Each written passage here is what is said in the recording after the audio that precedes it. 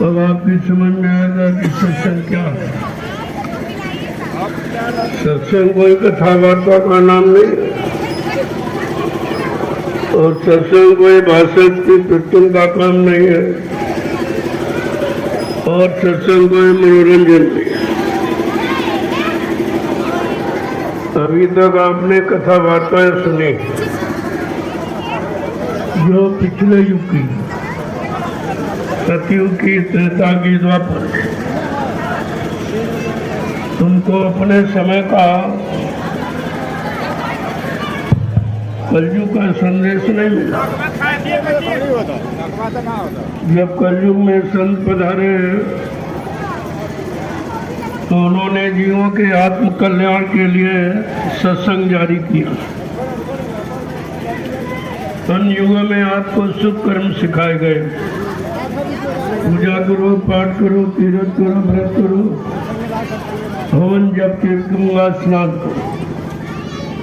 ये शुभ कर्म जो शरीर इंद्रियों से किए जाते हैं। जब शरीर इंद्रियों से करोगे तो शरीर इंद्रियों को लाभ मिलेगा और आत्मा से करोगे तो आत्मा को लाभ मिलेगा। बिल्कुल सीधा सिद्धांत। जिससे करोगे उसको लाभ मिलेगा। तो आपने आत्मा से तो कोई कर्म किया नहीं, क्योंकि आत्मा के बारे में कोई जानकारी किसी ने दी नहीं। तो जब कलयुग में संत महापुरुष आए तब उन्होंने आत्मा का जिक्र किया। तो ये जानते ही नहीं आत्मा क्या है, किधर से आई, कैसे आई, और ये मनुष्य शरीर में दोनों आंखों के मध्य भाग में कैसे बैठ गई, ये किसी को नहीं। इसीलिए जो महापुरुषों ने कहा, गिरी बदरिया पापी बरस रहे अंगार, संत न आते जगत में तुझे मरता संसार। अगर संत महापुरुषों का आगमन इस कलयुग में ना हुआ होता तो जीवात्माओं को कभी घर जाने का मौका नहीं मिलता, क्योंकि ये रात किसी के पास नहीं। आत्मा परमात्मा के मिलन का ये भेद किसी को मालूम नहीं है। ये तो आकर के संतों ने यहाँ रास्ता खोला और बताया कि जब तक जीवात्मा के जगाने वाले संत महात्मा नहीं मिलेंगे तब तक जीवात्मा को कोई ज्ञानी ध्यानी विज्ञानी जगा नहीं सकता, कोई ऋषि मुनि नहीं जगा सकते।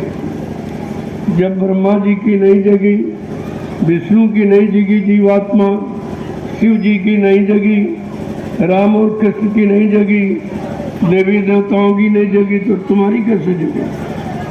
तुम तो कुछ जानते ही नहीं। ये अमोलक जो युक्ति रास्ता है ये संतों ने आके खोला।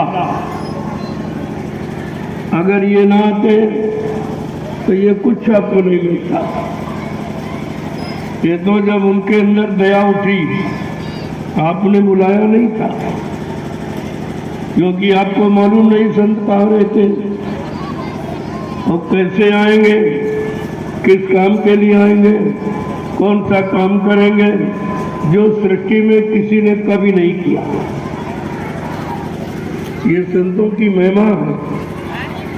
लाग दया कोमल की संता। जब संतों के हृदय में दया उठी वो बराबर देख रहे हैं कि सतयुग बीता, त्रेता बीता, द्वापर बीता, लेकिन जीवात्मा को रास्ता देने वाला कोई यहाँ आया नहीं और न किसी ने रास्ते को बताया। तब उनको यहाँ पर अपनी जीवात्मा के उद्धार कल्याण के लिए आना पड़ा और तभी से आपको ये जानकारी मिली है कि जीवात्मा क्या है। ये तो लोगों ने कहा ईश्वर अंश जीव विनाशी, चेतन अमल सहज सुखरासी, लेकिन इसका मतलब नहीं बताया कि जीवात्मा चेतन है और शरीर जड़ है।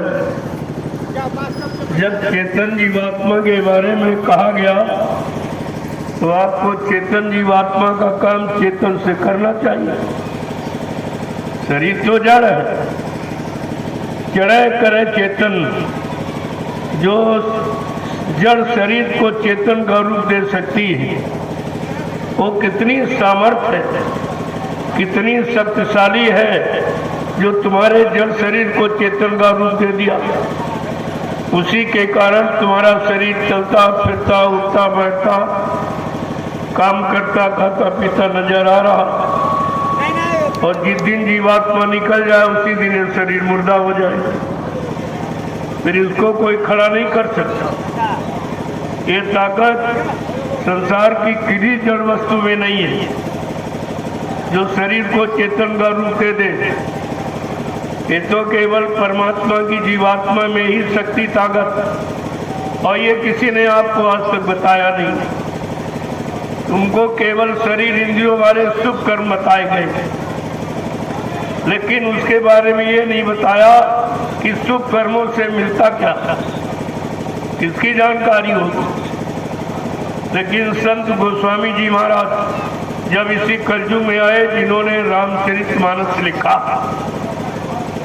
उन्होंने ये सारा उत्तरकांड में किया है कि पुण्य पुण्य बिन मिलई ना संता, और संत बिना सूझे नहीं पंथा। कि पुण्य कर्मों से तुम्हें संत महात्मा मिलेंगे। संत महापुरुषों की पहचान, जब पुण्य कर्म करोगे, पूजा है, पाठ है, तीर्थ है, व्रत है, हवन जप जप गंगा स्नान, इससे क्या होगा? तन शुद्ध होगा, मन शुद्ध होगा, इंद्रियां शुद्ध होगी, खान पान शुद्ध होगा, संग सोबत शुद्ध होगी और कर्म शुद्ध होगी। जब इतना शुद्धिकरण होगा तब आपके अंदर संत महात्माओं की पहचान की शक्ति पैदा होगा। तब तुम्हारी बुद्धि में विवेक ज्ञान संत महात्माओं के पहचान किया कि पहले नहीं आई। अगर आई होती तो ऋषि मुनि संत महात्माओं के बारे में जरूर कहते, योगी योगेश्वर कहते, अवतारी शक्तियां कहती, ज्ञानी विज्ञानी कहते, लेकिन किसी ने ये नहीं कहा। तो आपको ये आज मौका मिला है कि तुम्हारे जीवन का कर्मों का पुण्य फल, जो आप इस सत्संग में आए हुए हो और बैठे हुए हो, ऐसी चर्चा सुन रहे हो जो 3 युगों में 3 काल में कहीं नहीं। ये किसी ने आपको बताया नहीं कि जीवात्मा परमात्मा से कैसे मिलेगी।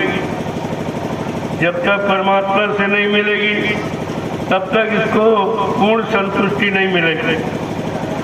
जैसे आज आप यहाँ आए हो, हम कितनी फैसिलिटी अवेलेबल करावें, लेकिन आपके अंदर ही होगा घंटे भर बाद कहोगे घर चलो घर चलो घर चलो। यानी जो घर में शांति मिलती है, बड़े टूटी फूटी झोपड़ी हो कैसा हो, अपने घर में व्यक्ति को शांति मिलती है।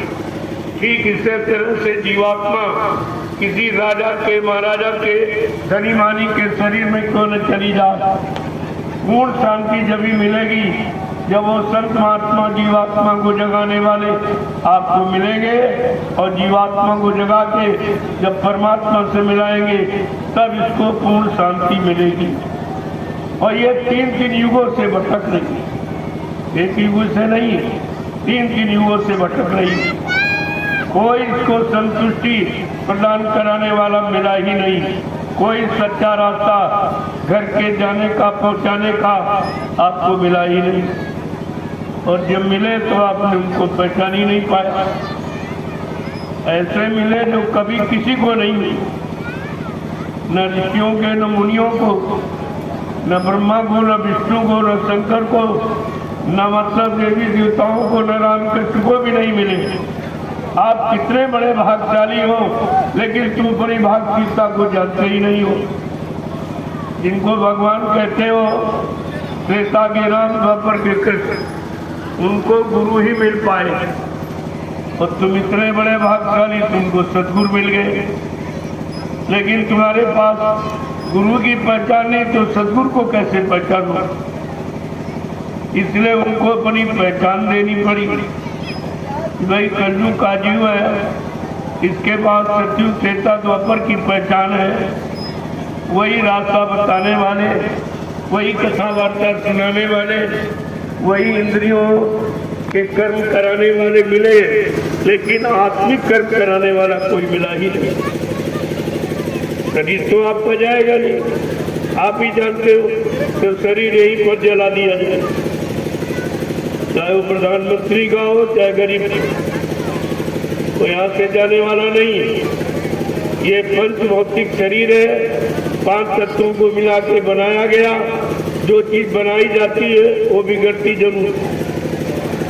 अगर बनी बनाई आती, जैसे जीवात्मा बनी बनाई आई, उसको कोई बिगाड़ नहीं सकता, उसमें कोई मार नहीं सकता, जला नहीं सकता, उसके साथ तुम्हारी कोई क्रिया नहीं होती, क्योंकि वो बनी बनाई आई और शरीर यहाँ बनाया गया। चित जल पागल गगन समीरा पंच तत्व या रचित शरीर, ये रचना है, ये शरीर की संरचना है कि 5 तत्वों को मिलाकर जल पृथ्वी अग्नि वायु आकाश, इन 5 मसालों को मिलाकर विचित्र कारीगरी से भगवान ने ये मनुष्य मंदिर बना के तैयार किया। आप ये भी नहीं समझ पाए कि भगवान ने किसके लिए बनाया। भगवान ने अपनी जीवात्मा के लिए बनाया। ये शरीर जीवात्मा के रहने का मकान, अपनी जीवात्मा के लिए परमात्मा ने ये मनुष्य मंदिर बनाया। लेकिन तुम ये बात समझ नहीं पाए और तुमको किसी ने बताया नहीं, तो समझने लगे कि खाने कमाने के लिए मिला, यानी आहार निद्रा भय मैथुन, खाना पीना सोना, कमाना मलमूत्र त्याग करना, औलाद बच्चे पैदा करना, इसके अलावा तुमने आज तक इस मानव जीवन का सच्चा अर्थ नहीं समझ पाया, क्योंकि इसके अलावा कोई जानकार यहाँ रहा ही नहीं। सब यहीं तक सीमित रहे, खाने कमाने तक। राजा बन गए, धनीमानी बन गए, गरीब अमीर बन गए, कर्मानुसार ये तो सब होता रहा। लेकिन जीवात्मा को जगाने वाले संत महात्मा आपको नहीं मिले, तो ये मृत्यु लोग आपका छोटा नहीं। अभी कब तक ये आप इसी में पड़े रहोगे, क्योंकि मृत्यु लोग से यानी छुड़ाने वाले आए तो आपने उनको पहचाना नहीं। अगर पहचान लेते कि वो हमारे लिए आए हैं, हमारी जीवात्मा को काल माया के देश से निकाल कर उसको सच्चे घर पहुंचाने के लिए आए, तो आप उनका साथ कभी नहीं थे। लेकिन आपने पहचान नहीं कर पाई। तुम तो समझते कि हमारे जैसे हाथ पैर नाक कान मुंह वाले आ गए, बस यही आपकी भूल थी।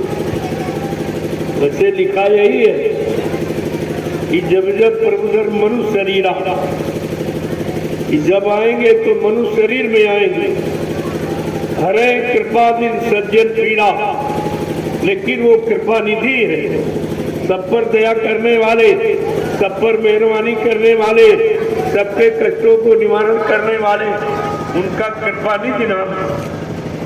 ये विशेषता सब नाम के साथ क्यों जोड़ी गई? आप विशेषण जानते ही नहीं हो, विशेषता कहाँ से जानते? यही तो जानकारी कराने के लिए संत महापुरुष आए और उनको जानकारी देनी पड़ी। लेकिन कितने लोग जानकार बन पाए? जानकारी 345 करोड़ लोगों ने ली, लेकिन एक भी जानकार नहीं निकला जो गुरु की जानकारी को पकड़ता और लेता और उस जानकारी से सच्चा जानकार बनकर अपनी जीवात्मा का कल्याण कर लेता, ऐसा कोई भी नहीं निकला। बड़े अफसोस की बात है कि 45 करोड़ जीवों को जानकार बनाया गया, जानकारी दी गई, लेकिन कोई जानकार नहीं बन पाया। ये तो सबसे बड़े अफसोस की बात है और जीवों के सबसे बड़े दुर्भाग्य की बात। ये दोनों चीजें आपकी, तो जब तक आप वचनों को नहीं सुनोगे तब तक कोई बात समझ में नहीं आई। और वचन सुनना तुम्हारे मन के बस की बात नहीं है, क्योंकि मन को इसमें कोई ऐसा आराम नहीं, मन को कोई भोगों का रस नहीं मिलता। इसलिए मन तुम्हारा संत महात्माओं के बच्चों को पकड़ी नहीं पाता, उसको बड़ा रूखा फीका लगता है कि ये क्या कह रहे हैं, ये तो वो कह रहे हैं जिससे हमारी मौज मस्ती ये सब खत्म हो जाएगी, भोगों का रस समाप्त हो जाएगा। लेकिन ये नहीं सोच पा रहा है क्या तू यहीं पड़ा रहेगा, तू अपने पृथ्वी धाम कब जाएगा, मन भी नहीं सोच पा रहा। अब जीवात्मा बिचारी इसी मन का इंतजार कर रही है। देखो ये है जीवात्मा का भाग, ये मन का भाग, ये जीवात्मा का हृदय और ये मन का हृदय। अभी तक लोगों को यही नहीं पता कि जीवात्मा का हृदय का और मन का हृदय, केवल इसी को हृदय जानते हो, कब जानते हो आप, क्योंकि इसके अलावा ऊपर की जानकारी किसी को ही नहीं। दो आंख, दो कान, दो नाक, नीचे गुदा इंद्री, इसके अलावा क्या जानते हो? ये 9 द्वार है, लेकिन 10वें द्वार की तो जानकारी नहीं कराएगी। जब तक 10वां द्वार नहीं खुलेगा, 10वें द्वार पर मन नहीं पहुंचेगा, तब तक की बात तो अपने घर जाएगी नहीं। क्यों? उसने मन से वादा किया कि बगैर तुमको साथ लिए मैं वापस नहीं जाऊंगा। अब वो इसीलिए अपने मित्र मन का इंतजार करती, और मन इधर सराबोर है भोगों में, उसको उसे नहीं रहा किसी ने हमारे लिए ये मतलब यानी वादा किया या हमारा कोई इंतजार कर रहा, चलो उनको जागना चाहिए, जाना चाहिए, लेकिन इतना सराबोर हो गया वो सब भूल गया और सारी शक्ति इन्हीं भोगों में बर्बाद कर दी। अब इसके बस का कुछ नहीं है कि स्वतः खड़ा हो, अक्खड़ होकर के खड़ा होकर वहां पहुंचे, इतनी भी सामर्थ्य मन में नहीं थी। तो संत महापुरुषों ने सर्वप्रथम इसी मन को पकड़ा, इसी मन को समझाने का काम। उन्होंने कोई जात पात, कोई मजहब, धर्म, कोई छोटा बड़ा, कोई गरीब अमीर, स्त्री पुरुष, इनको नहीं समझाया, उन्होंने सबके मन को समझाया, क्योंकि मन ही शैतान है और मन के द्वारा ही तुम सब काम करते हो। शरीर नहीं काम करता, शरीर से मन काम कराता। शरीर तो जड़ है, जड़ स्वतः कोई काम नहीं कर सकता, लेकिन ये मन शरीर को साथ में लेकर पाप भी करता है, पुण्य भी करता है, अच्छा भी करता है, बुरा भी करता है, शुभ भी करता है, अशुभ भी करता है, सब। और इन दोनों कर्मों का फल इसी मृत्यु लोक। ऐसा नहीं, ये भी नहीं बताया गया कि पुण्य कर्म का फल क्या और पाप कर्म का फल, लेकिन संत महापुरुषों ने कहा ये दोनों बेड़ियां, पुण्य सोने की बेड़ी और पाप लोहे की बेड़ी, तो दोनों खड़ेंगे। बेड़ी मतलब बंधन, बंधन दोनों में, चाहे पाप करोगे तभी मृत्यु लोक में बंधनों में, यानी मतलब मुसीबत तकलीफों में चले जाओगे, और पुण्य करोगे तब भी बंधनों में रहोगे, भले राजा महाराजा बन जाओ, लेकिन ये बंधन नहीं समाप्त। और तुम्हें बंधन मुक्त होना है। बंधन मुक्त की बात किसी ने बताई नहीं, वो रास्ता केवल संत महापुरुषों के पास। और संतों की बात आप कभी सुनते नहीं हो, न सुनते हो, न मानते हो, न अपनाते हो, कभी ये काम तुम्हारा कभी नहीं हो पाएगा। और 3 युगों से भटक रहे हो, अब भी अपनी भटक और अटक और खटक मिटाने की कोशिश नहीं करते हो कि जब तक भटक नहीं मिटेगी, अटक नहीं मिटेगी, खटक नहीं मिटेगी, तब तक कोई काम बनने वाला है नहीं। इन तीनों चीजों से तुम्हें मुक्त कराने वाला या कोई नहीं, क्योंकि सब इसी भटक अटक में फंसे पड़े। जो खुद अटके तुम्हें क्या अलग करेंगे, जो खुद भटके तुम्हारी भटक कैसे दूर करेंगे। तो ये सब जानकारी सत्संग के माध्यम से संत महापुरुषों ने जीवों तक पहुंचाई और आज भी पहुंचा रहे। ये पहुंचाने का काम वो कर रहे हैं, कोई नहीं। लेकिन तुम उनके बारे में जागोगे, देखोगे कब होश में कब आओगे। आज भी लोगों की होश नहीं और न इस बात के लिए कोई सोच रहा कि हमें जागना है, जा करके कहाँ जाना है, किधर जाना है, जागा जाए तो किस काम के लिए जागा जाए, कौन से काम करके हम जगेंगे और कौन सा काम करके हम सोते रहे। ये दोनों जानकारी आपको करनी चाहिए और वही जानकारी देने के लिए आज ये प्रयास। ये जो जन जागरण, जो शाकाहारी काफिला आपकी नगरी में आया है, ये सब जानकारी देने के लिए कि जागोगे, जागे मतलब आँख खुल जाए, जागना नहीं, होश आ जाए। जो आप भोगों की प्रगाढ़ निद्रा में सो रहे हो, उससे आप जगो और जग करके अपने असली काम को, अपने असली कर्म को, यानी समझो कि तुम्हारा मानव कर्म क्या है, तुम्हारा मानव धर्म क्या है, कि मनुष्य शरीर किस कर्म के लिए मिला, कौन सा कर्म करना, कौन सा काम नहीं करना। बस इसी की जानकारी आपको लेना, कैसे कर्म करने हैं, यानी कैसा खान पान करना है, कैसा खान पान नहीं करना। वो खान पान करो जिससे बीमारी ना आवे, पारस्परिक प्रेम प्यार मोहब्बत समाप्त न हो, लोग एक दूसरे के काम आवे, एक दूसरे पर दया का भाव रखें, एक दूसरे के मन मस्तिष्क में माँ बहन बेटी बहू की फर्क पहचान हो। इसको कहते हैं मानव कर्म। ये मनुष्य का सच्चा कर्म है। अब आप सोचिए ये कर्म किसमें, ये तो किसी में नहीं। फिर आपका मानव कर्म कहाँ पशु जीवन व्यतीत करते, पशुओं वाले कर्म करते हो। जो पशु करता है यानी 6 कर्म, आप भी 6 कर्म करते हो, खाना पीना सोना और कमाना और मल मूत्र त्याग करना, बाल औलाद बच्चे पैदा करना। ये पशु पक्षी कीड़े मकोड़े सब करते और वही तुम करते। तो तुम्हारे में और पशुओं पक्षियों में अंतर क्या? इस अंतर के बारे में कभी सोचा है? नहीं, क्योंकि किसी ने सोच पैदा ही नहीं की। तो आप सोचोगे, और सोचा कब जाता है? जब कोई अच्छी सोच पैदा कराने वाले मिलेंगे।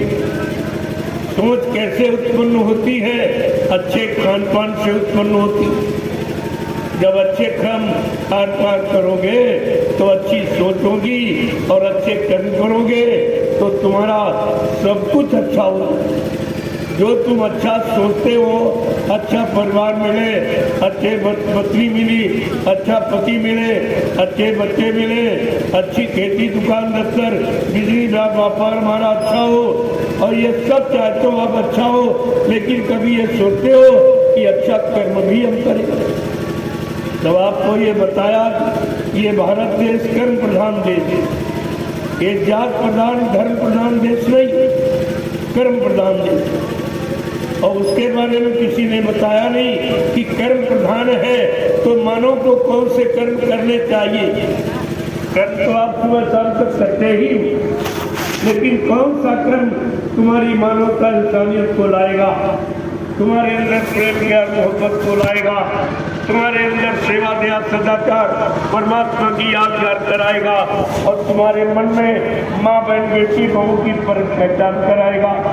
इसको कहते हैं मानव कर्म। और इन पर चले और इनका पालन करे और अपनी व्यवस्था इनके अनुसार अच्छी बना ले, उसको कहते हैं मानव धर्म। अब धर्म कर्म की बात किसी ने आपको बताई। इसी विद्वान से आप पूछो कि धर्म किसे कहते हैं, तो आपसे कहेगा आप पूजा करो, पाठ करो, तीर्थ करो, व्रत करो, हवन जब सब यज्ञ गंगा स्नान करो। अरे वो तो सीधा करो माने कर्म। जब कर्म परिभाषा पूछी गई धर्म की और बता रहा कर्म की, इसका मतलब धर्म की सच्ची परिभाषा किसी को मालूम। अगर मालूम होती तो धर्म माने होता व्यवस्था। तो आपके परिवार की व्यवस्था, समाज की व्यवस्था, देश की व्यवस्था, न्याय सुरक्षा की व्यवस्था, रोजी रोटी की व्यवस्था, ये आपकी बिगड़ती नहीं। अगर सच्चे धर्म की परिभाषा बताई गई होती और धर्म का सच्चा अर्थ बताया होता तो आपकी व्यवस्था थी। इसका मतलब सच्चे मानव धर्म की जानकारी किसी को है। कर्म को ही धर्म बताते तो भी धर्म क्या? अगर कर्म धर्म तो धर्म क्या? तो इस बात का और किसी ने बताया नहीं, वहां पे किसी से पूछा भी नहीं, तो बिगाड़ दोनों तरफ से। बताने वाले नहीं मिले और पूछने वालों में जिज्ञासा नहीं हुई, इसी तरह तो बिगाड़ तो आपका इसीलिए हुआ है। अब इस बिगड़े माहौल को कोई ठीक नहीं कर सकता और जिन पर आपने जिम्मेदारी डाली उन्होंने आपका कोई काम ठीक नहीं किया। जो आपने नेताओं पर जिम्मेदारी डाली कि प्रधानमंत्री, मुख्यमंत्री, राष्ट्रपति हमारा काम ठीक है, किसी ने किया? इतने प्रधानमंत्री, मुख्यमंत्री, राष्ट्रपति, सांसद, विधायक आपने बना डाले, लेकिन तुम्हारा काम आप तक किसी ने नहीं तो ये काम करना नहीं चाहते या इनको काम करने की जानकारी नहीं, दो में से कोई बात जरूर। और तुमने इन दोनों पर विचार भी नहीं, कम से कम विचार करना चाहिए कि हमने इनको एक पंचवर्षीय योजना के लिए चुना और एक पंचवर्षीय योजना निकल गई, कोई काम नहीं। फिर दूसरी पंचवर्षीय योजना उनने चुनाव किया, फिर कोई काम नहीं हुआ। इस तरीके से 14 पंचवर्षीय योजनाएं आपकी निकल गई, यानी 70 वर्ष आपके जीवन के चले गए और आप तक कोई काम नहीं हुआ। ये कब आप सोचोगे? अपने सच्चे काम के लिए कब सोचेंगे आप? क्या ऐसे मार खाते रहोगे?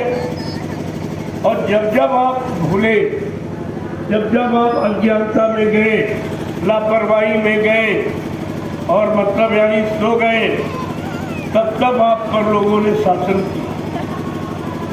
इतिहास बता रहा, जब पहले आप सोए 350 वर्ष मुसलमानों ने तुम्हारे पर राज किया और तुमको 350 वर्ष गुलाम बना के रखा। ये समझ पाया? फिर आप सोते रहे तो मुट्ठी भर अंग्रेज आए, उन्होंने 200 वर्ष तुम्हारे पर शासन किया, तुमको गुलाम बना के रखा और तब से तुम सो ही रहे हो, अब भी सो रहे हो। 70 साल इन नेताओं के निकल गए, इन्होंने तो उनसे ज्यादा खराब। मुसलमानों ने इतने टैक्स नहीं लगाए, अंग्रेजों ने इतने टैक्स नहीं लगाए, इतनी यानी महंगाई नहीं की, इतनी बेरोजगारी नहीं थी उनके समय में, इतने चोरी डकैत नहीं थे और जितने ये लोग। इसका मतलब इतिहास भी आपके सामने पड़ा, ना इतिहास को पढ़ते हो और न समय को देखते हो। भूतकाल का इतिहास ना उसको जाना और न वर्तमान में कोई काम आप कर पाए हो, तो ये सोचो तुम्हारा भविष्य कैसे बने। जो भूतकाल को समझता है और वर्तमान में अपना काम बना लेता है, उसका भविष्य अच्छा होता है। अब तुम्हारा भविष्य अंधकार में हो गया क्योंकि तुमने वर्तमान में समझ नहीं पाया, भूतकाल के इतिहास को सामने रखकर कोई जानकारी आप ले नहीं पाए। अब तो भविष्य आपका अंधकार है। सुख शांति की बात तो तुम भूल जाइए, न कहीं सुख मिलेगा, न कहीं शांति मिलेगी, न कोई नया सुरक्षा देगा, न रोजी रोटी मिलेगी, न महंगाई गरीबी खत्म होगी, न टैक्स जीएसटी खत्म होंगे, ये तो अभी और बढ़े। जब तक ये भारत की जनता जागेगी नहीं, तब तक ये बढ़ते ही नहीं, क्योंकि वो लोग समझ रहे हैं कि हम अच्छा करते तभी तो कोई कहता नहीं, तभी कोई विरोध नहीं करता। तो ये समझ रहे भाई, अगर चोर को पकड़ा ना जाए, सजा न दी जाए, तो क्या चोरी करना बंद करेगा? और धीरे धीरे और चोर तैयार हो जाए।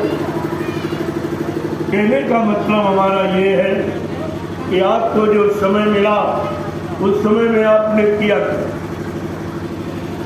ना अपने लिए कुछ कर पाए, ना समाज देश के लिए कुछ कर पाए।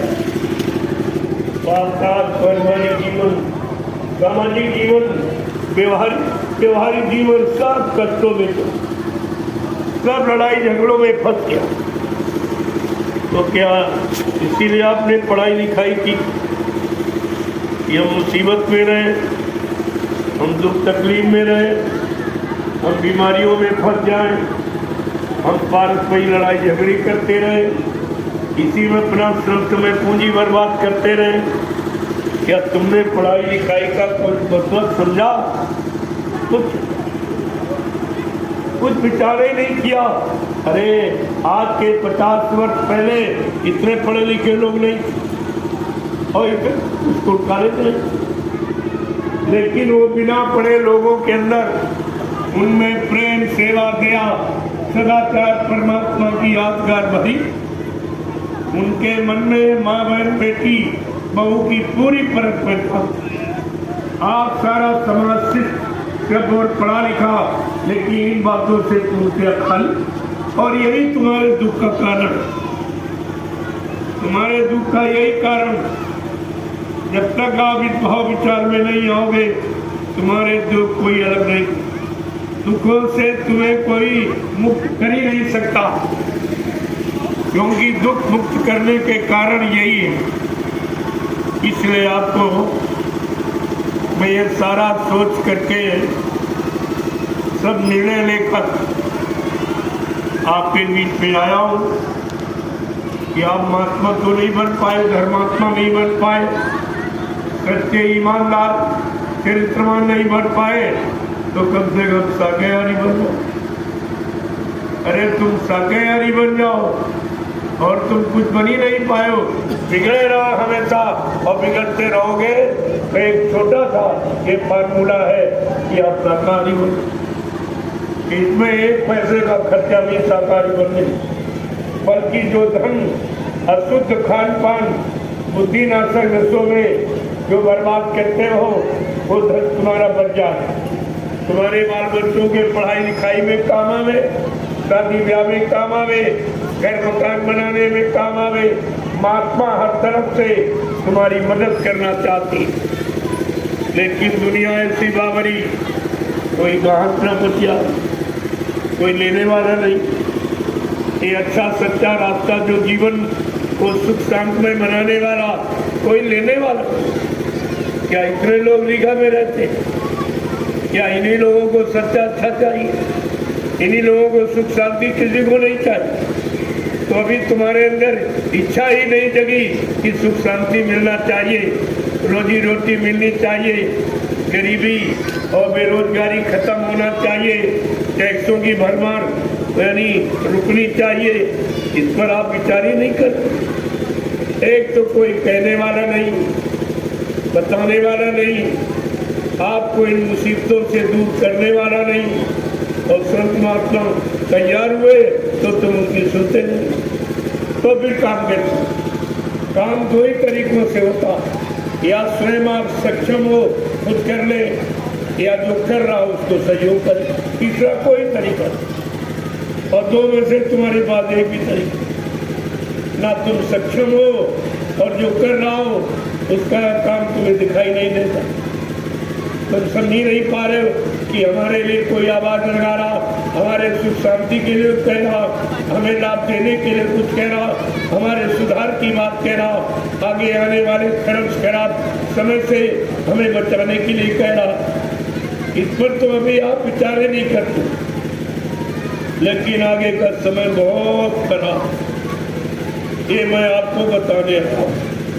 उस खराब समय से बचने का तुम्हारे पास कोई इंतजाम नहीं।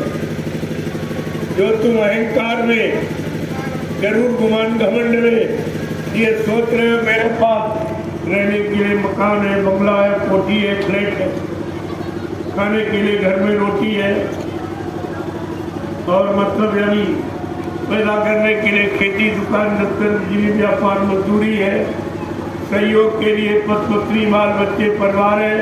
तुम्हें ये नहीं मालूम ये कुदरत के एक झटके में समाप्त है। ये तुम्हारा जितना भी मसाला है ये कुदरत के एक झटके में, पल मिनट घड़ी नहीं लगेंगे, ये सब समाप्त है। अभी आपने कोरोना काल में देखा कुदरत की तरफ से एक छोटी सी बीमारी आई, सारा विश्व तबाह हो गया और करोड़ों चले गए, कुछ नहीं कर पाया। न कोई प्रधानमंत्री कर पाया, न राष्ट्रपति मुख्यमंत्री कर पाया, न कोई डॉक्टर में नकीब कर पाया, न कोई दवा नहीं काम कर, और आज भी उसकी दवा नहीं बनी, केवल तुम्हें बहकाया जा। अगर दवा होती, ये तरह तरह के नाटक क्यों किए जा रहे? तुम मुंह पर मास्क लगा लीजिए, क्या मास्क कोई दवा है? अगर मास्क लगाने बीमारी चली जाए तो ये फिर मतलब यानी तरह तरह वैक्सीन लगाओ, टीका लगाओ, ये दवा, ये सब क्यों होता है? जब तुम्हें पता चल गया कि मास्क लगाना यही इसकी दवा है तो सबको मास्क लगवा दीजिए। इन दवाओं के चक्कर में क्यों भागते? इनके पास कोई सही समाधान नहीं। ये तुम्हारे साथ व्यापार हो गया। जो 4 इंच का कपड़ा तुम्हारे मुंह पर बांध दिया गया और तुम अभी तक उसके बारे में सोच नहीं पाए हो। तुम पढ़े लिखे हो, बड़े बड़े डॉक्टर, स्वास्थ्य विभाग को चलाने वाले वो भी नहीं समझ पाए कि अगर नाक और मुंह बंद कर दिया जाएगा तो फेफड़ों की क्या हालत, न स्वच्छ वायु मिलेगी, न स्वच्छ ऑक्सीजन मिलेगी, तो फेफड़े आपके कमजोर हो जाएंगे, एक नई बीमारी और पैदा हो जाएगी, डॉक्टरों को रोजगार मिल जाएगा और सबकी दवा बिकने लगेगी। ये सब तुम्हारे साथ व्यापार हो रहा और इसके बारे में कोई कहने वाला नहीं। किसी नेता ने कहा कि अरे जो जिम्मेदार है तुम्हारे, जिनको जिम्मेदारी आपने सौंपी है, किसी ने आपको कोई बताया है? कोई महात्मा आया बताने कि नहीं ये सब नाटक, ये सब खिलवाड़ किया जा रहा, ये कोई समाधान नहीं है, ये कोई दवा नहीं है। इनको यही नहीं पता कि कोरोना किसे कहते। और बाबा जी ने ये बहुत पहले बताया था, 6 नवंबर 1986। ये कोई तारीख आपको नहीं बताया, किसी को मालूम नहीं। 6 नवंबर 1986 वो आपसे कहा गया था कि आप लोग शाकाहारी हो जाओ, सब परिवार। कुदरत आपके काले कारनामों से नाराज होगी। जो आपने मारकाट, हिंसा, चोरी, कत्लेआम, व्यभिचार, कुख्यात, झूठ, छल, कपट, बेईमानी की, इससे कुदरत तक नाराज। और वो नाराजगी में एक बीमारी भेजेगी। बीमारी का जो तुमने कभी सुना पड़ा नहीं होगा। बाबा जी ने बीमारी का नाम कहा था, बच्चा उस बीमारी का नाम कोरोना। कोरोना क्या क्या न करो तो बीमारी नहीं आएगी, अगर नहीं करो तो आ जाएगी। कोरोना का मतलब यही। उन्होंने कहा अंडे मत खाना। अंडा मुर्गी का मासिक धर्म, कितना गंदा मासिक धर्म है। घर में पत्नी होती तो उसके हाथ का भोजन नहीं करते थे, उसको छूते नहीं हो कि रोग बीमारी लग जाएगी। इतनी गंदगी। आज कितने आम तौर से सब नौजवान, सब पढ़ा लिखा उसी मुर्गी के मासिक धर्म को खा रहा। तो बीमारी नहीं, क्या स्वस्थ हो जाओगे? क्या तुम स्वस्थ हो जाओगे जब गंदगी खाओगे और गंदे कर्म करोगे? क्योंकि गंदगी से गंदे भाव पैदा होते, गंदे कर्म करने की भावना बनती है, जिज्ञासा बनती है, उसी तरफ तुम्हारा मन भागेगा। तो ये बताओ तुम्हारा जीवन आसान। आज यही कारण है इतनी सब्जी नहीं बिकती, उतने अंडे बिक रहे और कोई इस पर कुछ नहीं है।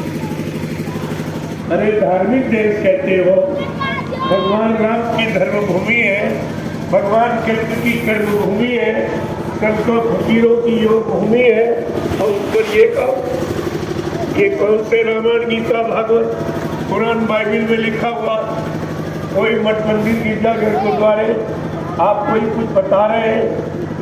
कम से कम आपको ये सोचना चाहिए हमारे धार्मिक देश की ये मर्यादा रही।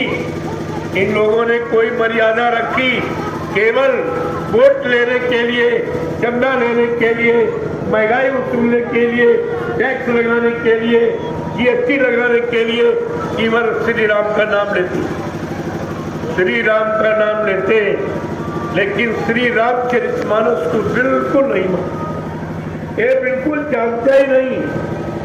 रामचरितमानस क्या कहती है? जासुराज प्रिय प्रजा दुखारी और शून्य पे से नरक के अधिकारी। रामचरितमानस क्या करी? जिसके राज्य में प्रजा दुखी होगी वो राजा नरक में जाएगा।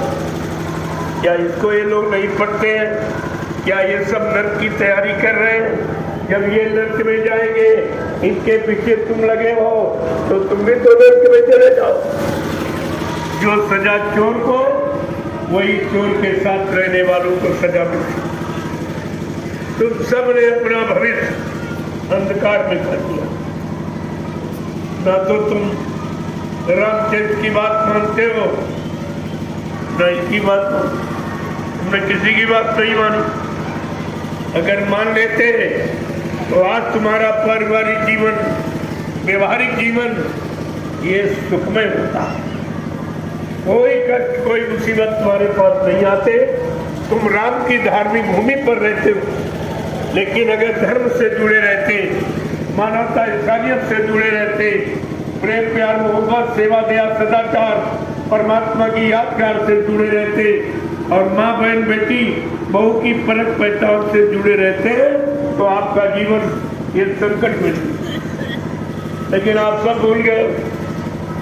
एक तो कोई बताता नहीं और जानकारी दी जा रही तो आपकी समझ में नहीं आ। तो मैं आपके समझ दुखों तकलीफों की दवा लेके आया। दवा जो हिंदुस्तान में कभी किसी ने नहीं बांटी, ये दवा बांटी जा रही, लुटाई जा रही, जो हिंदुस्तान में न पहले किसी ने बांटी, ना कोई बांट रहा, ना आगे कोई बांट सकेगा। ये ऐसी दवा है जिसको कहते प्रसाद। ये प्रसाद है। प्रसाद मोल नहीं बिकता, प्रसाद बेचा नहीं जाता, प्रसाद खरीदा नहीं जाता, प्रसाद बनाया जाता है और बना करके सब दुख तकलीफों को दूर करने के लिए बांटा जाता है। आज आपके यहाँ नमूना पेश किया गया, कितना प्रसाद लोगों को दिया गया, क्या बदले कुछ मांगा गया? कोई इच्छा रखी गई? इसको कहते हैं प्रसाद वितरण। और यह चिंता किसी को नहीं। ऐसी दुख तकलीफें जो बढ़ गई, क्या प्रधानमंत्री तुम्हारे गांव आया? क्या मुख्यमंत्री कोई आया? सांसद विधायक कोई आया? जिनको आपने वोट दिया उन्होंने आपको सुख शांति देने का वादा किया। आज ये भयानक बीमारी जो आई थी, न उसमें किसी ने मदद की, और आगे इससे बड़ी आने वाली, उसमें भी कोई मददगार ही नहीं, कोई बताने वाला नहीं, कोई जानकार नहीं कि कौन सी बीमारी आ। ये केवल संत महात्मा ही जानते, वो त्रिकालदर्शी होते, वो वर्तमान के जानकार, वो आपको बता रहे और बता ही नहीं रहे। आपके दुख तकलीफों बीमारियों को दूर करने के लिए साथ में दवा लेके आए, और दवा मुफ्त में पूरे हिंदुस्तान। मैं इस दवा को लेकर, जो महाप्रसाद है, इसको लेकर मैं 88 ज्यादिशियों की तपोभूमि नैमिषारण्य से चला। उत्तर प्रदेश के कई जिलों से होता प्रसाद बांटता हुआ मैं बनारस में इसी तरह का सत्संग किया, लोगों को जानकारी दी, वहीं से प्रसाद वितरण करता हुआ मैं झारखंड पहुंचा। जो झारखंड की राजधानी रांची में मैंने 1 सप्ताह तक प्योर अध्यात्म की चर्चा, जो समय हिंदुस्तान में कोई नहीं करता। अध्यात्म की चर्चा कोई नहीं करेगा। अध्यात्म लोगों को सुख शांति प्रदान करने वाला। अध्यात्म बदले में लेता नहीं, देता है। और भौतिकवाद लेता है, देता नहीं कुछ। ये दोनों में अंतर है। भौतिक और अध्यात्म में यही फर्क कि भौतिक आपको बगैर पैसे कोई देगा नहीं और अध्यात्म लुटाया जाता। अब आपको सोचना चाहिए कि तुम्हें भौतिक की जरूरत है कि अध्यात्म की जरूरत। अगर अध्यात्म मिल जाए तो भौतिक अपने आप ठीक हो जाए। भौतिक तो अध्यात्म के पीछे चलने वाला, दौड़ने वाला, लेकिन तुमको इसकी जानकारी नहीं। मैं 1 सप्ताह का कार्यक्रम करके रांची से आपके लिए बिहार के लिए रवाना हो गया और 2 महीने मैं बिहार में प्रसाद वितरण करूंगा और शाकाहारी बनने की प्रार्थना करूंगा कि अगर आप भारी बीमारी जो आगे आ रही भविष्य में, अगर उससे बचना चाहते हो तो हमारी प्रार्थना आप स्वीकार कर लो, आप सब परिवार शाकाहारी हो जाए। बात में मत कहना कोई हमारे यहाँ आया नहीं, किसी ने हमको बताया नहीं, किसी ने जानकारी दी नहीं। हम ये बात किसी को कहने नहीं देंगे। मैं घूम करके, क्या ऐसी सर्दी में कोई निकलेगा? हमारी उम्र सर्दी में निकलने की है, तुमने देने की। आपको सोचना चाहिए ये मेरी जिम्मेदारी नहीं है, ये जिम्मेदारी है तुम्हारे देश के जिम्मेदारों की, जिनको आपने धंधा, नोट, महंगाई, टैक्स सब कुछ की। ये तो आपसे कुछ मांगा नहीं, न पहले कभी ना, लेकिन फिर भी चिंता हमको है, किसी को चिंता नहीं। पूरे देश में तुम्हारी चिंता किसी, न किसी नेता को और न किसी महात्मा को। महात्माओं को भी आपने रोटी लगोटी, दान दक्षिणा, रुपया पैसा, सामान सम्मान सब कुछ दिया, लेकिन वो भी कोई नहीं आया, तुम्हारी मुसीबत में निकला। और जिनको चंदा नोट दिया वो भी नहीं आया। कहने का मतलब जिनको आपने दिया सब कुछ, ईमान धर्म सच्चाई ईमानदारी सब आपने निछावर कर दिया, लेकिन तुम्हारी मुसीबत आपत्ति के लिए कोई नहीं निकला। जब मैंने ये देख लिया अब तो इनकी कोई बीमारी परेशानी दूर कर नहीं सकता, क्योंकि कोरोना काल में देख लिया गया कि किसी ने कुछ किया ही नहीं और ऐसा भय पैदा किया तुम्हारे अंदर बीमारी का। ये कोरोना कुछ नहीं। पहले को पुराने लोग बैठे होंगे, उन्हें पता होगा निमोनिया, ये निमोनिया ही है। कोरोना एक भय पैदा कर दिया तुम्हारे अंदर, और इतना भय पैदा कर दिया कि सबसे रिश्ता तुम्हारा छुड़वा दिया। अगर पति को जुकाम सर्दी बुखार हो गया तो पत्नी कहती नहीं, इनको घर में नहीं रखें, इनकी सेवा नहीं करेंगे, इनके पास नहीं बैठेंगे। यानी नफरत, इतनी बड़ी नफरत कि पत्नी पति को नहीं देखना चाहती, रखना नहीं चाहती, और बाप बेटे को और बेटा बाप को नहीं रखना चाहता, भाई भाई को नहीं। यानी ऐसी नफरत यानी पैदा कर दी गई कि प्रेम प्यार मोहब्बत सब खत्म। ये क्यों किया गया जानते हो? कि चालाकी। जब इतनी नफरत कर देंगे तो शरीर को जब ये लेंगे नहीं और छुएंगे नहीं और देखेंगे नहीं तो इसमें व्यापार हो गया। किडनी है, फेफड़ा गुदा है, यानी जो कीमती सामान तुम्हारे शरीर के पुर्जे, इनको निकाल के व्यापार हो गया। एक किडनी 6-6 लाख रुपए की बेची गई, क्योंकि तुम उसे छुओगे नहीं, देखोगे नहीं। उनको मौका मिल गया, कोई छूने वाला, कोई लेने वाला, कोई देखने वाला नहीं, सिर्फ सब निकाल के ये व्यापार हो गया आपका। और अभी तुम सो रहे हो, कब जागोगे? तुम्हारी पढ़ाई लिखाई तुम्हारे काम नहीं आ रही, तो देश समाज के क्या काम आए?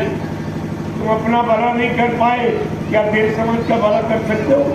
तो कुछ नहीं, सब चुपचाप एकदम मौत। और उसमें एक तरह से नहीं, फिर तुमको तुम्हारे घर में जेल बना दी गई, 3 महीने के लिए आपको बंद रखा गया। कोई बोला? अरे पूछना चाहिए भाई, कौन हमने गलती की है, कौन हमने गुनाह किया है, कौन पाप किया है, हमने देश का, राष्ट्र का, समाज का कोई नुकसान किया, आखिरकार हमको जेल, घर में जेल बना के क्यों बंद किया जाए? कोई नहीं बोला, कोई विपक्ष भी नहीं बोला। इसके बाद देखा तो तुम्हारी दुकान बंद कर दी गई, तुम्हारा व्यापार बंद कर दिया गया, तुम्हारा रेल यातायात बंद कर दिए गए और कोई नहीं बोला। ये बताओ, क्या ये दवा है जो ये बंद किए गए? ये कोई दवा है, कोई उपचार है, कोई कोरोना का समाधान है? इस पर कोई बोला ही नहीं, सब चुप हो गए, एकदम मौन। यही मौत तुम्हारा उस समय हुआ तो मुसलमानों ने 350 वर्ष तुम्हारे पर राज किया, और यही मौनी तुम साथ गए तो मुट्ठी भर अंग्रेज आए और उन्होंने 200 वर्ष तुम्हारे पर राज किया, गुलाम बना के रखा, और वही मौनी आज साधे हो तो ये सब तुम्हारे पर राज किया। आखिरकार तुम जागोगे, देखोगे कब ये कुछ नहीं। तुम्हारी पढ़ाई लिखाई किस काम आए? इस पर कोई विचार कभी किया ही आपने? ये सब इसके बाद विद्यालय, न्यायालय, कार्यालय सब बंद, और कुछ नहीं बोला कोई।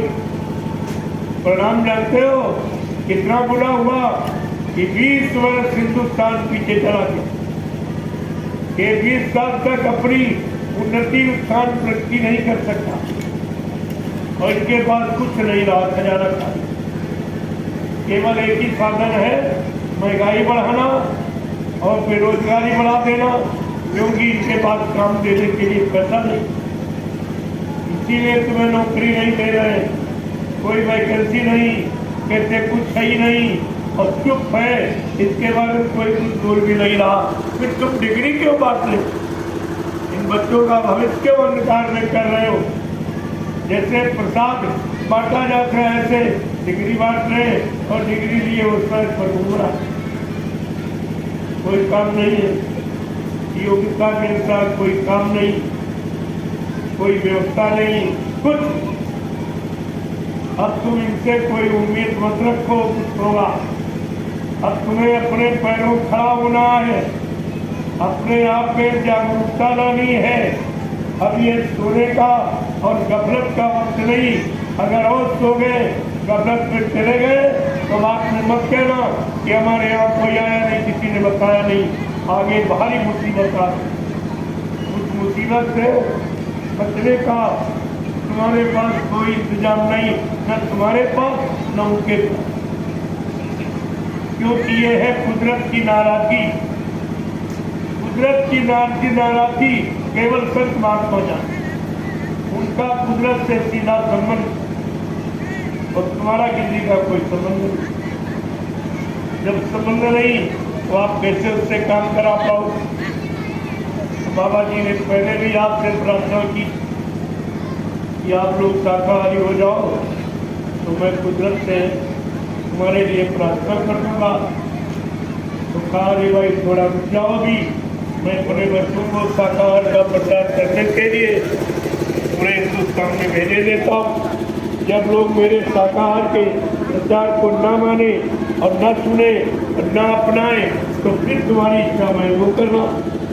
जब लोग नहीं माने और ज़्यादा बढ़ा दिया, सरकार भी सहयोगी बन गई, परमिट लाइसेंस देने लगी, चाहे जितने अंडे छोड़ो, चाहे जितने मुर्गे काटो, चाहे बकरे मछली काटो, सारा कुछ नहीं। जब इस तरह का सहयोग हो जाएगा, इसी को धर्मशास्त्रों ने लिखा था, जब जैसी हो सभ्यता तब तैसी मति होए, और काल रेख की लेख को मेट सके नहीं तो। धर्मशास्त्रों ने स्पष्ट कहा, विनाश काले विपरीत बुद्धि, जब जिनका विनाश होने को होता है उनकी बुद्धि विपरीत दिशा में काम करती है। कितनी सच्ची अच्छी बात उनके लाभ हिस्से बताओ, लेकिन वो मानेंगे। क्यों नहीं मानेंगे? क्योंकि उनका पाप का स्वाद का घड़ा भर गया, अब वो फूटेगा, इसमें कोई रोक नहीं सकता। आज संत महात्मा प्रयास कर रहे हैं आपके लिए। अगर आप शाकाहारी हो जाओ सब परिवार तो एक बार तुम्हारी मदद कर, नहीं तो तुम जानो तुम्हारा काम। अभी वक्त है गुनाहों से तुम तौबा कर ले, फिर न कहना कि हमने सुना था पैगाम। मैं ये किसी को हिंदुस्तान में कहने के लिए बाकी नहीं रखूंगा, सारे हिंदुस्तान में घूम घूम कर। अगर ये 1 करोड़ महात्मा जो दाढ़ी बाल रखने वाले, लाल पीले कपड़े पहनने वाले अगर मेरा साथ दे दे तो अब तक तुमको कुछ परिवर्तन दिखाई, तुम्हारे पारिवारिक जीवन, सामाजिक जीवन, व्यवहारिक जीवन में कुछ परिवर्तन दिखाई देता। लेकिन ये भी सब चुपचाप अपना मंदिर संभाले, अपना गुरुद्वारा, अपना धर्मशाला, अपना आश्रम, ये सब संभाले और मान सम्मान को छुपाए बैठे। इनको तुम्हारी चिंता नहीं है, ना इनको देश समाज की चिंता है, क्योंकि देश समाज चिंता किसको होती? परमार्थ के कारण साधु धरा शरीर। समाज परमात्मा, देश हित और धर्म हित के लिए महात्मा जन्म लेते। उनका जन्म संसारी भोगों के लिए नहीं होता, वो परमार्थ के लिए और धर्मार्थ के लिए और सेवा के लिए ही जन्म लेते और इसी काम को करने आते हैं। वो अपना काम समय से करते हैं, अपनी फर्ज अदायगी, अपना कर्तव्य निभाते हैं। तो इसलिए आपको समझ लेना चाहिए। और हमारी यही प्रार्थना आपसे है कि आप लोग सपरिवार साथ, अभी आपके लिए समय है, नहीं तो तुम जानो तुम्हारा काम जानो। ये नहीं कहो कि भाई किसी ने बताया। जय गुरुदेव, जय गुरुदेव, जय गुरुदेव, जय गुरुदेव, जय गुरुदेव। जय गुरुदेव। नाम किसका? प्रभु का। जय गुरुदेव। नाम किसका? प्रभु का। जय गुरुदेव। नाम किसका? प्रभु का। प्रभु का प्यारा नाम। जय गुरुदेव। अब आप लोग खड़े हो जाओ, खड़े हो जाओ आप लोग। बहुत देर से बैठे हो, मेरे को उतना सुनो जितना याद हो। पहले मैं 5-5, 6-6 घंटे सब दे, लेकिन देखो आप सब भूल जाते। आगे सुना, पीछे खत्म। अब उतना सुनाया जाएगा जितना हजम कर सको, जितना अपने जीवन में उतार कर उसका लाभ प्राप्त कर सको, उतना ही बताए। और मुख्य तो आपकी परेशानियों की दवा मिलनी चाहिए। भाषण से थोड़ी परेशानी ठीक हो, लेकिन दवा के बारे में जब तक बताया नहीं जाए कि दवा किन किन मर्जों पर कैसा कैसा काम करेगी, तब तक आप दवा का प्रयोग नहीं करो। तो दवा की महिमा और प्रसाद की महिमा बताने के लिए ये सब आपको इतना पता है। जब आप परहेज करोगे दवा तभी फायदा करेगी। इसमें परहेज केवल इस प्रसाद में कि आपको पूर्ण शाकाहारी रहे, अंडे, शराब, गोश्त, मांस, मछली से दूर, दूसरे की निंदा, आलोचना, बुराई, क्रिटिसाइज से दूर, दूसरे के धन, स्त्री और पति से, ये परहेज है। अगर आप परहेज करना सीख जाए, मैं दावे के साथ आपके बीच में कह जा रहा हूँ, ये जय गुरुदेव नाम और ये महाप्रसाद दोनों आपका पूरे जीवन में हर वक्त काम है। जो कोई नहीं काम कर सकता वो ये नाम का। आप कितने दिनों से पूजा पाठ कर रहे हो? कोई देवी देवता मिले अब तक बोलना? इन देवी देवताओं की पूजा की बात तक आपको मिले? कुछ तुमसे कहा, कुछ तुम्हारा सामान दिया अरे जब कोई काम करते हो अगर लाभ न मिले तो काम करो। खेती करते हो, अनाज पैदा हो तो खेती करोगे आप। दुकान करते हो, व्यापार मुनाफा न हो तो आप तो दुकान व्यापार करोगे आप। नौकरी करते हो, तनख्वाह वेतन न मिले तो आप नौकरी करोगे। लेकिन ये पूजा पाठ तुम्हारी कैसी जो कुछ नहीं मिला और 3 युगों से टूटे पड़े। न देवी मिली, न देवता मिला, न भगवान मिला, न खुदा न गान। तो सीताराम चिल्ला तो एक बार भी नहीं आएगा, न इनको मिले न कभी मिलेंगे, क्योंकि सीताराम को गए लाखों बरस। अरे तुम्हारा पिता अगर कल चला गया हो, आज बुलाओ तो नहीं आएगा। जो शरीर से चले जाते हो नहीं। ऐसा ही है, रूढ़िवादी अल्लाह से मुटाते रहते, श्रम समय पूंजी सब बर्बाद करते रहते, हमें और न वो मिलेंगे। सीताराम ने खुद कहा कि हम किसको मिलते हैं या हमको कौन मिलता। तो रामचरितमानस को पढ़िए आप, उसमें भगवान राम ने क्या कहा?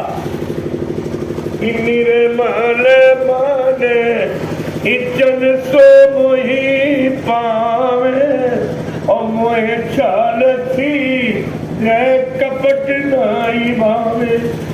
बड़े साफ शब्दों कहते मुझे कौन पाता है? का ब्राह्मण क्षत्रिय वैश्य कहते हैं, मंदिर बनाने वाला कहते, सीताराम राधे श्याम कहने वाला कहते नहीं। जिसका मन निर्मल पाक साफ पवित्र हो मैं उसको देखता। आज तो सबके मन गंदे, सबका खान पान गंदा है, सबके मन सोच सब बंदी, इनको तो कभी नहीं मिलेगी। जब भगवान राम ने कह दिया कि हम किनको मिलते हैं जिसका मन निर्मल पाक साफ पवित्र, आज तो सबके मन खराब, तो सीताराम किसी को नहीं और इसीलिए मिले नहीं। जब तक तुम्हारा मन पाक साफ निर्मल पवित्र नहीं होगा कोई नहीं मिलेगा। इसीलिए उन्होंने लिख दिया पहले। और क्या कह रहे हैं? मेरा बात किसके हृदय में होगा ये भी बता रहे कि जाति पाति धन धर्म बाड़ाई अकुल परिवार रे सुखद समुदायी इन्हें त्यागी भजे मन लाई और ताके ही बसे रघुराई। जब साफ साफ कह रहे हैं भी इनकी समझ में नहीं आ रहा और सीताराम चिंता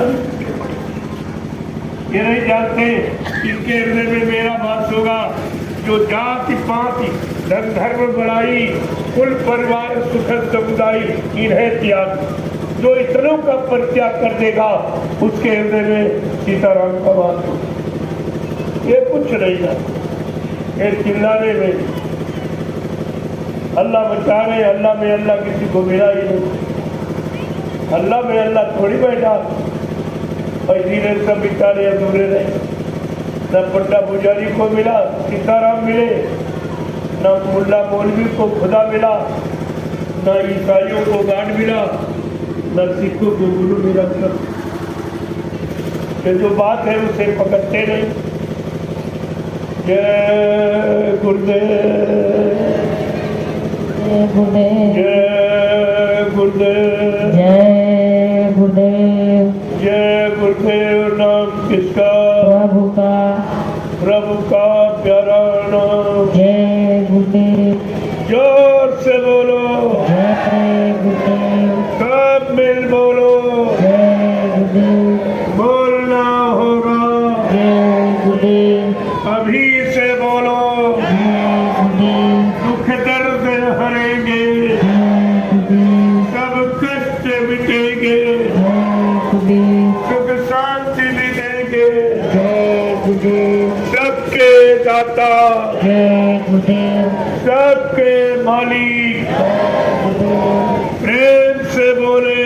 जय गुरुदेव। ये नाम नहीं इंसान का, ये नाम है प्रभु का, ये काम नहीं इंसान का। ये काम है प्रभु का। रघुनाथ हर युग में नया पुरुष नए नाम को लाया। अगर एक ही नाम रहता तो सज्जू में हरि नाम आया तो वही बना रहे, फिर त्रेता में राम नाम क्यों आया? अगर राम नाम ही सच्चा तो द्वापर में कृष्ण नाम क्यों आया? ये तो प्रमाण है कि हर युग में नया पुरुष नए नाम को लाए। उस युग के लोग जब उस नाम को लेंगे उनको लाभ, लेकिन यहाँ तो किसी को पता ही नहीं। ये तो अलमदुल्ली दरबार है। जगन्दा पुण्यंदा काते मच गई अदाधुंद, यहाँ अदाधुंद बची। इन बेचारों को न कुछ पता है, न कुछ मालूम, न कोई मिला, न कोई लाभ मिला और नुकसान होता चला जा रहा। हानि बराबर हो रही, बीमारियां बराबर बढ़ रही। तो ये सब कहाँ चले गए? तुम्हारी पूजा पाठ कहाँ चली गई? कोई काम तो नहीं आया, क्योंकि समय की यानी समय का डॉक्टर, समय का मास्टर, समय का आचार्य गुरु ही आपकी मदद करे। आए थे बहुत अच्छे, लेकिन वो चले गए, उनसे आपका काम नहीं। आपको अपने समय की चीज, ये कलयुग के जीवों के लिए ये जय गुरुदेव नाम प्रभु का, सारी सत्ता प्रभु की, यहाँ से लेकर सतलोक से मृतलोक तक सारी सत्ता प्रभु की है। आज वो प्रभु नाम लेकर स्वयं मानव चोला धारण करके मृतलोक मंडल में आया है, सबको सुख शांति देने के लिए। लेकिन अभी लोगों की समझ में नहीं आया। जय गुरुदेव। अब आप लोग महापुरस्कार ले लीजिए जो आपको किसी ने कभी नहीं दिया। इस तरह दरवाजे दरवाजे, सड़कों पर, गलियों में आवाज लगाकर किसी ने प्रसाद बांटा नहीं। ये सृष्टि का पहला, सृष्टि के प्रथम महापुरुष जिन्होंने आपके लिए, आपकी हमदर्दी के लिए, आपकी चिंता को दूर करने के लिए ये कदम उठाया गया। अब आप इसको ले लीजिए, अच्छा रहेगा।